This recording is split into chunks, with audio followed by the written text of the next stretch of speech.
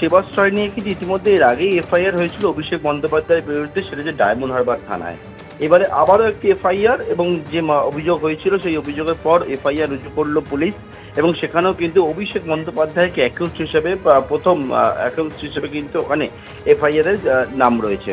এবং একাধিক জামিন অযোগ্য ধারায় মামলা হয়েছে, এবং তার মধ্যে বিএনএস এর ধারার পাশাপাশি বিভিন্ন ধারা, সেই ওয়েস্ট বেঙ্গলের এস্টাবলিশমেন্ট অ্যাক্টের মামলা হয়েছে। তার পাশাপাশি একাধিক ধারায় যেমন মামলা হয়েছে, অভিষেক বন্দ্যোপাধ্যায়ের নাম রয়েছে, এবং সেই ধারাগুলির মধ্যে ড্রাগ অ্যান্ড কসমেটিক্স অ্যাক্ট যেমন রয়েছে, অ্যাটমিক এনার্জি অ্যাক্ট রয়েছে, এবং তার পাশাপাশি হচ্ছে এই যে ধারাতে মামলা হয়েছে সেখানে ওয়েস্ট বেঙ্গল ক্লিনিক্যাল এস্টাবলিশমেন্ট অ্যাক্টে মামলা রয়েছে, পিসিপিএনডিটি, এছাড়া এনএমসি অ্যাক্টেও কিন্তু মামলা হয়েছে।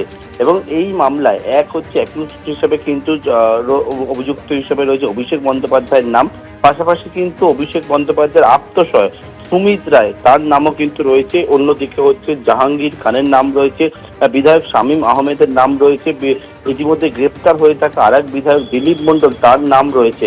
এরকম একাধিকের নামে কিন্তু এই এফআইআর হয়েছে। এই যে এফআইআরটি হলো, এটা হচ্ছে অভিজিৎ দাস ববি অর্থাৎ বিজেপি নেতা, তিনি একটি অভিযোগ করেছিলেন তুমি জানো সেবাশ্রয় নিয়ে, এবং সেই অভিযোগ করার পরবর্তীকালে গতকাল রাত্রিবেলা গোটা বিষয়টা খতিয়ে দেখার পর সমস্ত বিষয় পুলিশ জানাচ্ছে তারা কিন্তু এটাকে এফআইআর হিসেবে ট্রিট করেছে। অর্থাৎ এর আগে গত 2 তারিখে একটি অভিযোগ হয় এই সেবাশ্রয় নিয়ে, সেটা হচ্ছে ডায়মন্ড হারবার থানায়, এবং ডায়মন্ড হারবার থানাতে এফআইআর, সেখানে যে অভিযোগ হয় সেই অভিযোগে এফআইআর হয়, এবং এফআইআর নাম ছিল সেবাশ্রয় নিয়ে হচ্ছে অভিষেক বন্দ্যোপাধ্যায়। এবারে হচ্ছে বিষ্ণুপুর থানাতে যে অভিযোগ, তাতেও কিন্তু অভিষেক বন্দ্যোপাধ্যায়, তার আপ্তসহায়ক সুমিত রায়, জাহাঙ্গীর খান, দিলীপ মণ্ডল, শামীম আহমেদ, তো একাধিকের নামে যে অভিযোগ ছিল সেই অভিযোগে তাদেরকে অ্যাকিউজড হিসেবে চিহ্নিত করে এফআইআর হয়েছে।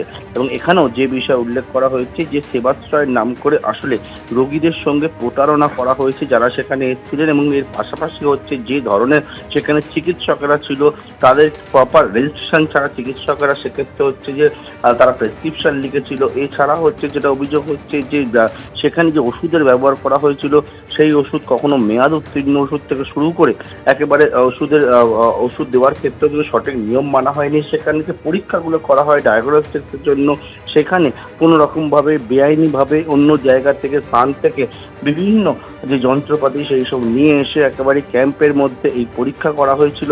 এই রকম বিষয় যেটা বলছেন যে অভিযোগকারী, সেটা হচ্ছে অনিয়ম, এবং সেটা হচ্ছে জনস্বাস্থ্য এবং জনসুরক্ষার বিধিকে লঙ্ঘন করার অভিযোগ।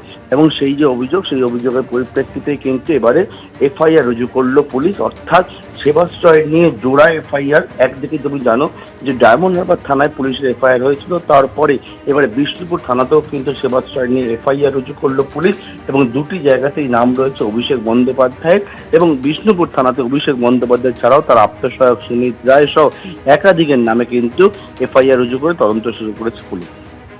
এবিপি আনন্দ, এগিয়ে থাকে, এগিয়ে রাখে।